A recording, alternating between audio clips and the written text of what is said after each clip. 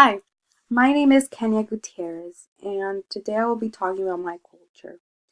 I feel like my culture is a it's like a mixture of my Mexican culture, my own individual culture of growing up with my parents and influencing who I am. So let's start off with who I am. I am a Mexican woman. I'm caring. I'm strong. I am resilient. I'm a daughter. I'm a girlfriend.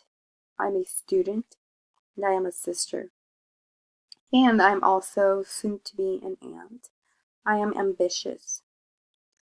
So, three aspects that I find important in my culture are language, diet and food, and my values. So, we can start off with language. Growing up, my dad always expressed the importance of being bilingual and learning my own cultural language. So, I am bilingual in Spanish and English. Um, when I attended high school, I felt like I was pretty good at speaking both Spanish and English, so I decided to venture off into French. I fell in love with the language. I was very good at it. I just did not continue with it in college. I do miss it at times, but you know, there's only so much I can do. Language has defined my dating preferences. I find males who speak more than one language more attractive to those who only speak one language that I know.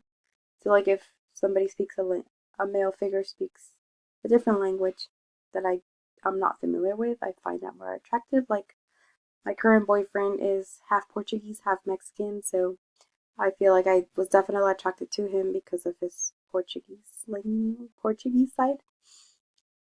I also find language important because it helps me communicate with my grandmother and it creates a sense of community with other Spanish speakers when I spend time with them. Diet and food. Sorry, diet and food. I love food. I think it's extra special when my mom cooks our culture of food.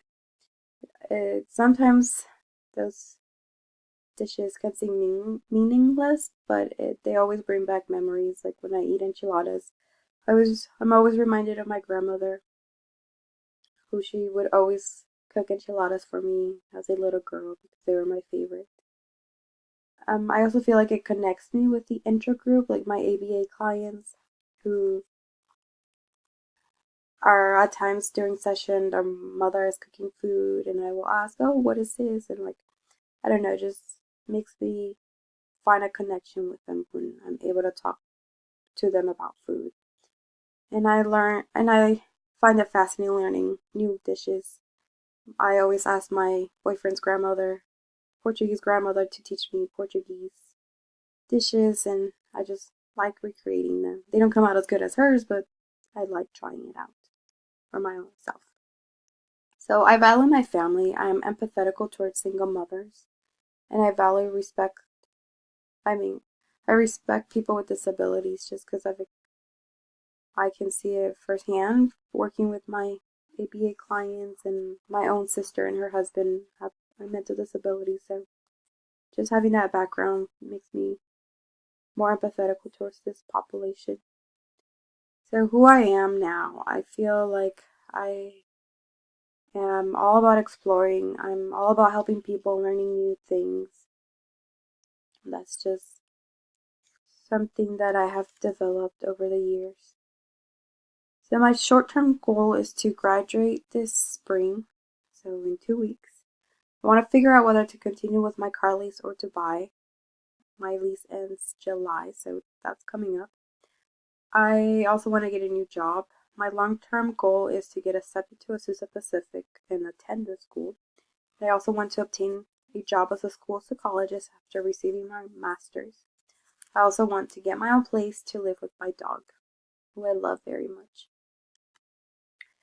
So, what have I learned about myself in the human services field? Well, I've learned that I can handle work, internship, and school simultaneously.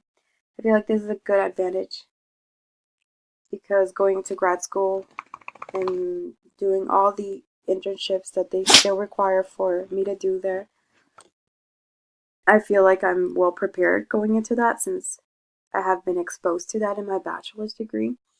I definitely was intimidated by it when I first started the whole process. I was like, oh, I don't think I'll ever be able to do this. And I was scared, but it's a long learning process. So as I did all these things, I learned that it's doable. You're just really stressed, but it's doable. So some ideas and skills. I am able to structure my time. I learned that it is okay to have self-care time and to not feel guilty about it.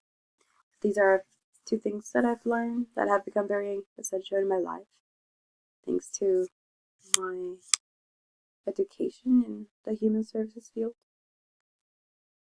Some personal strengths that I have is that I'm caring and I like to always offer my help.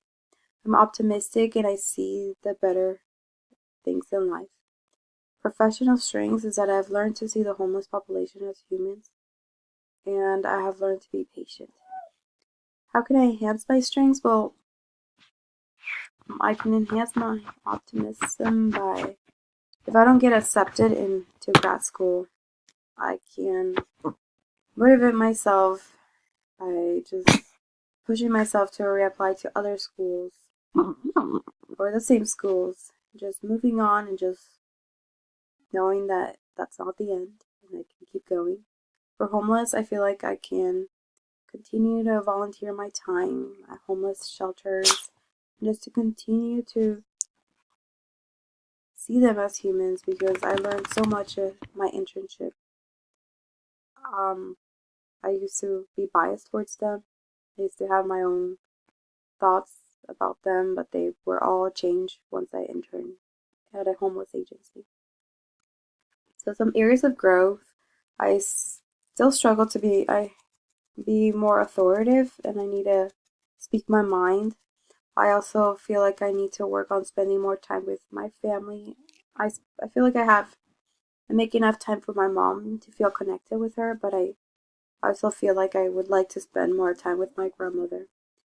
I also feel like I need to learn to follow the structure at work. My supervisor wants me to involve the parent more during my ABA sessions, specific lesson plans, but I always forget, so I need to rewrite to remind myself, maybe by writing a post-it note, being like, hey, don't forget to do some programs with the parents too.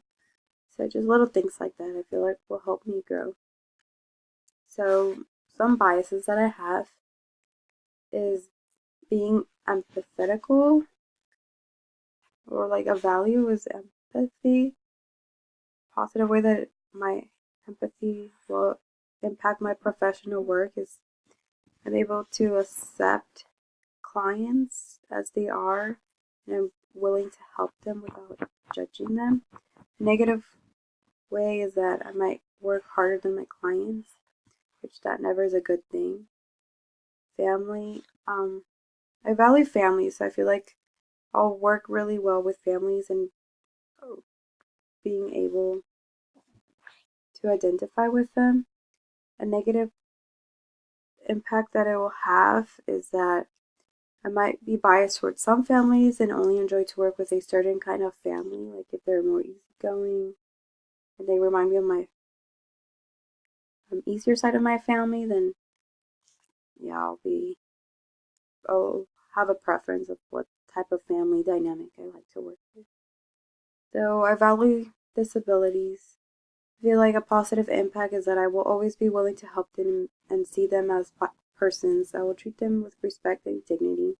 But a negative impact is maybe at times I might assume that all they want is help. And I should not assume. Maybe sometimes they just want to listen.